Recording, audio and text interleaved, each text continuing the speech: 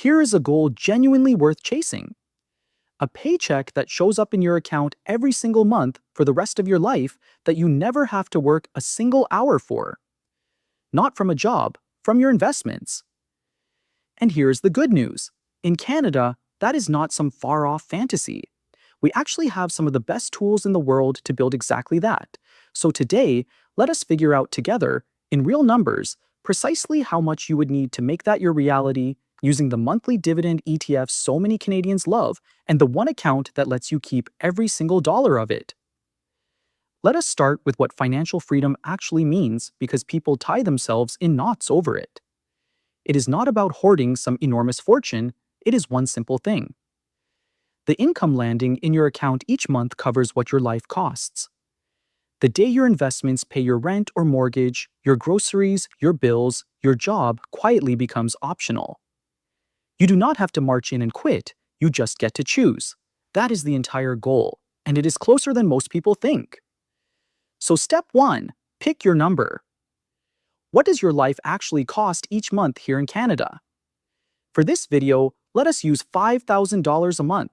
That is a comfortable, realistic figure for a lot of Canadian households, and it keeps the math clean. $5,000 a month is $60,000 a year. That is the income we need our investments to produce year after year without us lifting a finger. Use your own number, but follow along with $60,000. Step 2, the toolkit, and this is where Canada is honestly a bit spoiled. To get paid every single month, Canadians reach for monthly dividend ETFs, and especially the covered call kind. We have a huge popular lineup of them here. The way covered call ETFs work is simple. The fund gives up some of its upside when the market runs hot, and in exchange, it collects extra income and pays it out to you monthly. That is why the yields look so juicy, often up around 8%, sometimes higher, way more than a plain index fund. The trade-off is real, and I want you to hear it clearly. You cap your growth to get that income, lovely monthly cash flow, but less long-term appreciation. If pure monthly income is your goal, though, these are the tools folks turn to. Step 3, the number everyone quotes. If you want $60,000 a year and your ETFs yield 8%, you just divide. 60,000 divided by 8% is $750,000, so 750 grand invested and you are free. And honestly, that is a lot more reachable than the millions people assume they need. But hold on, because this is Canada, and we need to talk about the taxman before you go quitting anything. Now here is where it gets genuinely interesting, because our tax system does some surprising things with this income. First, the good news. Eligible Canadian dividends get very favorable treatment through the dividend tax credit, so if a chunk of your income comes from Canadian dividend payers, you can keep a remarkable amount of it, and at lower income levels, the tax can be tiny. On top of that, a lot of those covered call ETFs pay out part of their distribution as something called return of capital, which is not taxed right away, it just lowers your cost base for later. Translation, these products can be quite tax efficient in a regular account. So far, this sounds great. Now, a quick honest word on that return of capital because it gets misunderstood. Sometimes it is genuine tax efficiency, and sometimes it is the fund quietly handing you back your own money, which can slowly erode the fund's value over time. So do not just chase the fattest headline yield, check whether the fund's actual value is holding up, not only what it pays out. But here is the catch, and it is the one that ambushes people in retirement. Remember that dividend tax credit and the gross up that comes with it? To make the credit work, the government first inflates your Canadian dividend income on paper before giving you the credit, and that inflated number is what gets used to measure your income for certain benefits. The big one is the OAS clawback. Once your income climbs past a certain line, the government starts taking back your old age security piece by piece. To put a number on it, that line currently sits around $90,000 of net income, and it keeps clawing until, at a higher level, your OAS is gone entirely. And because the gross up can inflate your reported dividend income by a third or more, you can trip that line sooner than your real income would suggest. So a big pile of Canadian dividends in a regular account can quietly push up your reported income and cost you your OAS, even while your actual tax bill stays low. That is the trap. Most people building a dividend income never see it coming. So what is the fix? This is the whole reason to watch this video, so stay with me. You hold your income investments inside the right account, and in Canada, the superstar is the TFSA. Everything inside a TFSA grows and pays out completely tax-free, but here's the part that ties this entire video together. When you withdraw from a TFSA, it does not count as income at all, which means it does not trigger that dividend tax, and it does not count toward the OAS clawback. So that same $750,000 of monthly dividend ETFs sitting inside your TFSA can pay you your $5,000 a month completely tax-free, and it is invisible to the clawback. Same investments, totally different outcome purely because of the account they live in.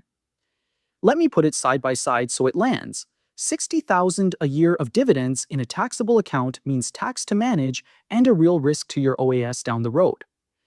That exact same $60,000 from a TFSA is completely tax-free and does not count as income at all, so your OAS stays safe. Same money, and the only difference is the account you chose.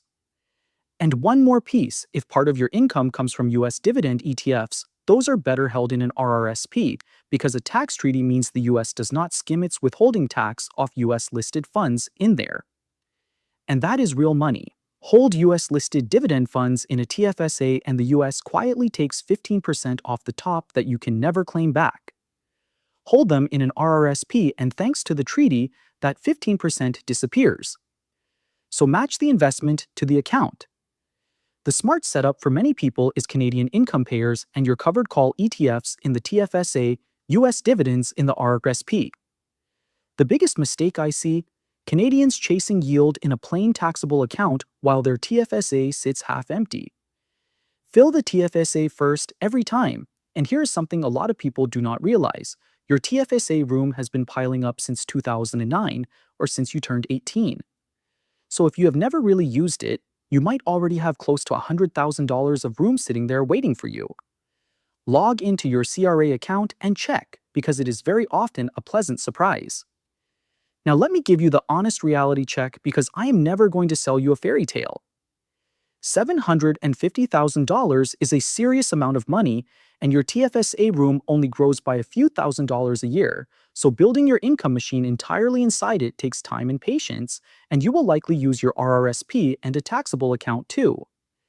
If you are investing, say $1,000 a month, you are looking at roughly 2 decades of steady investing to get there, and that is before inflation, which means the $5,000 a month you want today might need to be $7,000 or $8,000 by the time you arrive. So here's the real path.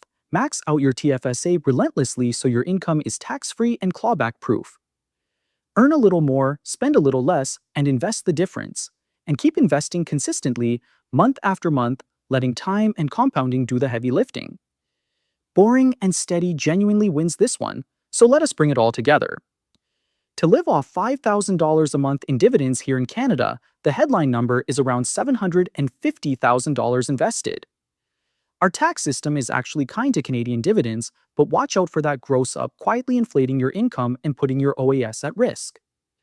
The clean answer is to hold your income investments inside a TFSA, where the income is tax-free and never counts against your benefits, with US dividends tucked into an RRSP. Do not just chase the highest yield in a taxable account, get the account right first. Do that, keep investing, and you build yourself a monthly paycheck that shows up whether you go to work or not.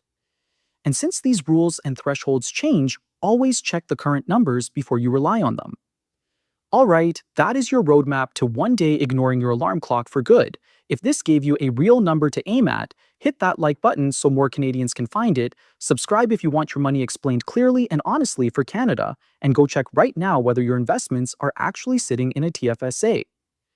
That single move could save future you a small fortune. Take care of yourselves.